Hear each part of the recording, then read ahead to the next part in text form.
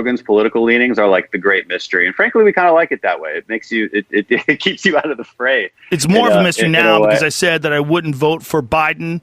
That I said I would vote for Trump over Biden. All these people went crazy. But let me be clear. You know what? I'd also vote for Whoopi Goldberg over Joe Biden. I'd vote for Mike Tyson over Joe Biden. I just don't think it's a good idea to take someone who's struggling with dementia and put him in one of the most stressful positions the world has ever known.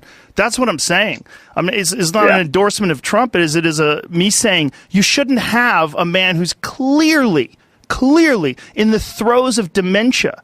I mean, I'm not a doctor, but when you can't form sentences in public and you forget what you're talking about and you wander off into these conversations, if you're not smoking pot, you're not high, if you're not on pills, like what's going on? Well, there's cognitive decline. He's an older man that has mental issues. And, you know, not to be cruel to him, he's suffering medically. This is a real issue. And the Democrats want to sweep that under the rug.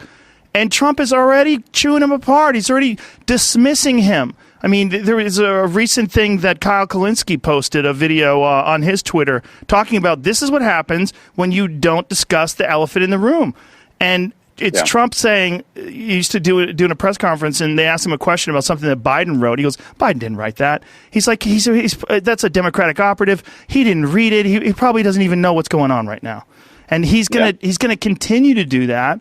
And it's such a vulnerable point. And I don't know why the Democrats thought it would be a good idea to take someone who's clearly got a problem.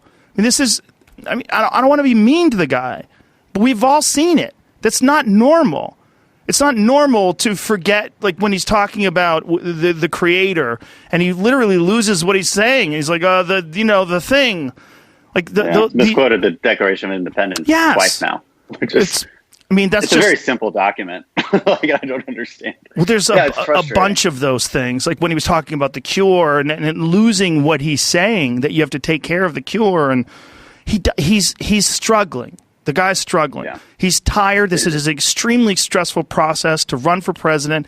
And the idea that he's going to be able to get through this and be okay on the other side to run the country for 4, potentially 8 years is crazy.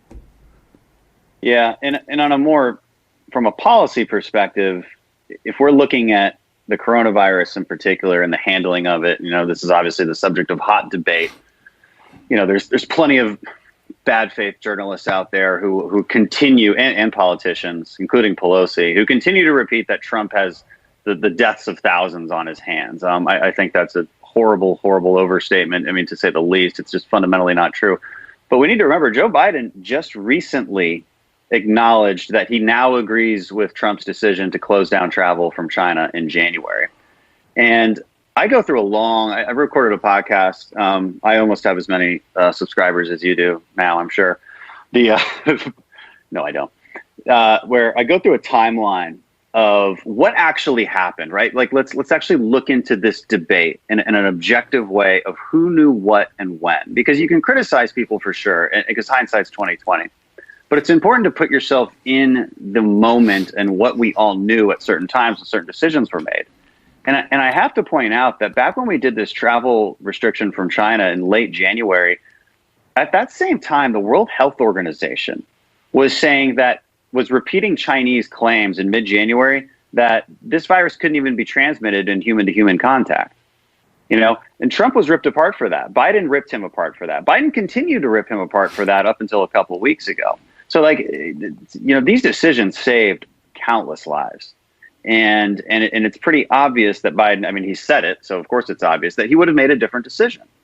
And we would be in a much different place right now. And to put aside all of the issues that you pointed out, those are certainly issues, and I don't need to repeat them. I don't need to go into it, but it's I feel like we do need to repeat them. It is obvious, but that's crazy that this is the guy that's running for president. You know, and then when people got upset at saying that, you know, me saying that I'd probably vote for Trump before I'd vote for Biden. I'm literally saying I'd vote for anybody that can talk. I mean, anyone who's not in severe cognitive decline. I mean, pick a person. Shit, I'd vote for Hillary before I'd vote for him. Literally.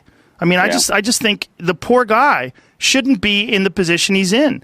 I don't understand why they're doing that. I mean, anyone else could have been Tulsi Gabbard, Amy Klobuchar, Pete Buttigieg. Pick a person. They all would have been a better choice. I mean, this is crazy. And I don't know what their strategy is. I don't know why they decided to do this. It makes no sense to me. It's very, very confusing. Yeah, well, there was a couple days where it all happened, where, you know, behind the scenes, all of these different candidates basically said, okay, we're all going to quit because they're so afraid of Bernie winning. They don't think Bernie can win the Democrat nomination or